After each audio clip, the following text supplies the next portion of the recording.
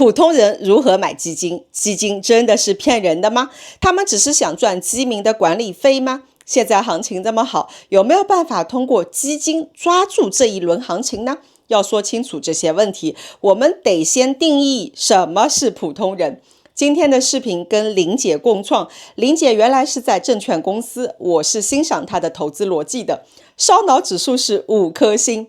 那什么是普通人？普通人并非是一个贬义词，而是一种客观处境的描述，像你我这样的就是普通人。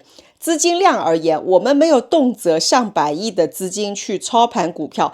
信息渠道呢？我们获得信息渠道是简陋的、滞后的，来源多数是公开的新闻自媒体，通常是经过无数次的转述的二手信息，甚至是3手、4手、5手信息了，在时效性和深度上面是存在着天然的劣势的，更加不用说时间和精力了。我们无法像专业机构那样子投入全职团队，每天8到12个小时进行深度的研究、数据的分析和模型的搭建。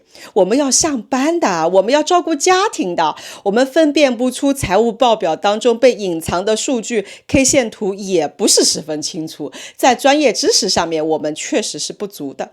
在市场的大幅度的波动当中，我们更加是难以克服追涨杀跌的本能，上涨的时候贪婪，下跌的时候恐惧，这就是普通人的定义。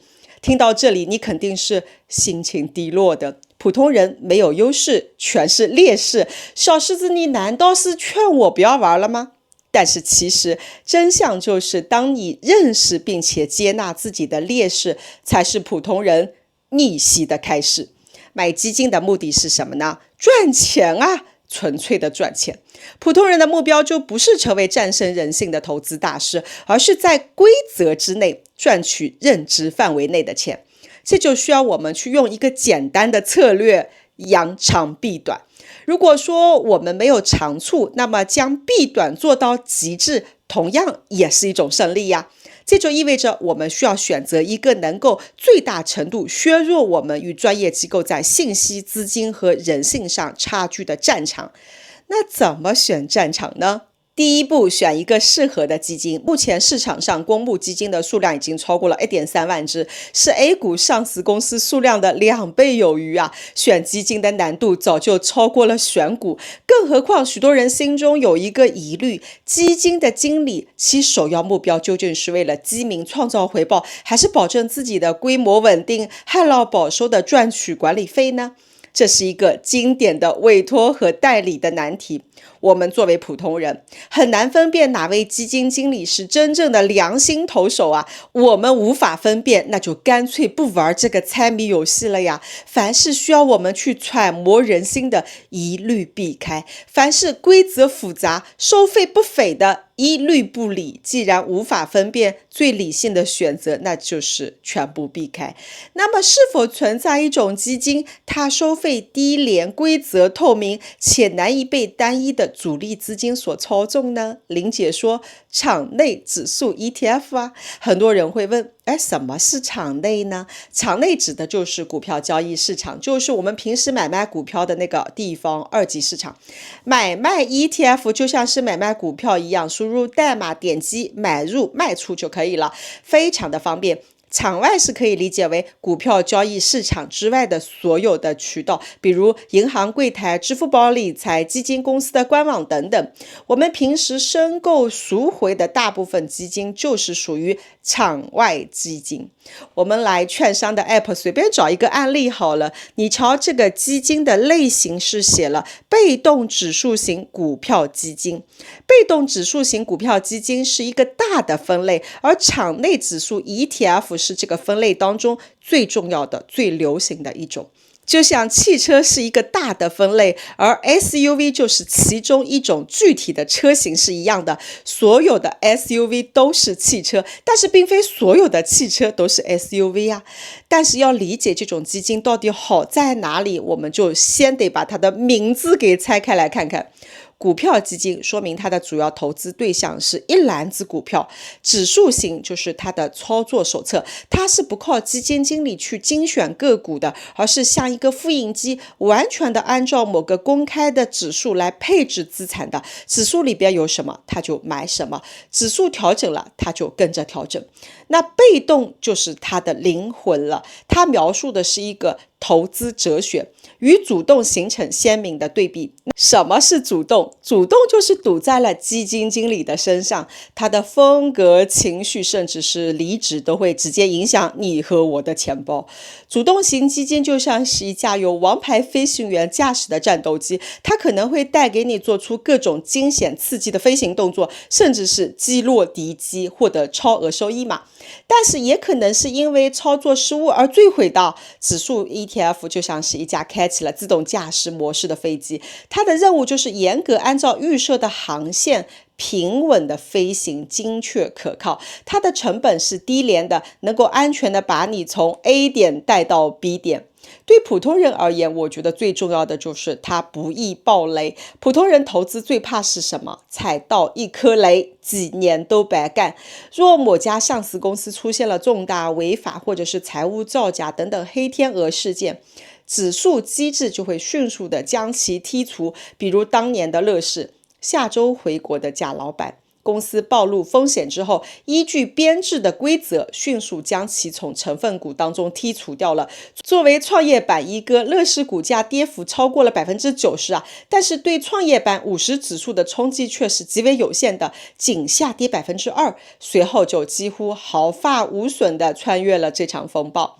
林杰还指出一个更为重要的优势，场内指数 ETF 几乎是无法被单一大一资金去轻易操纵的。什么意思呢？在个股的世界里，我们普通人就像是茫茫大海上的一叶扁舟，而那些手握巨资的机构就是能够掀起滔天巨浪的鲸鱼，他们可以利用资金的优势，在短期内让海面变得不太平静。但是指数 ETF 的战场，这套玩法就彻底失灵了。多只核心指数 ETF 的份额是被国家队重仓持有的，机构会烧脑，但是绝不会发烧，把自己作死的。他们可没那么的愚蠢。所以场内指数 ETF 是让你在一个更加公平、更透明、更不容易被操纵的战场之上，赚取属于你的那份市场平均收益。好了，第一步讲完了，我们开始讲第二步，如何解决信息差和克服人性的弱点。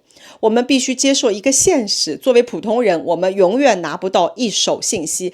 任何试图通过小道消息、市场传闻来获利的行为，本质上都是在信息不对称的牌桌之上，主动的告诉别人，快来收割我吧，我就是大韭菜。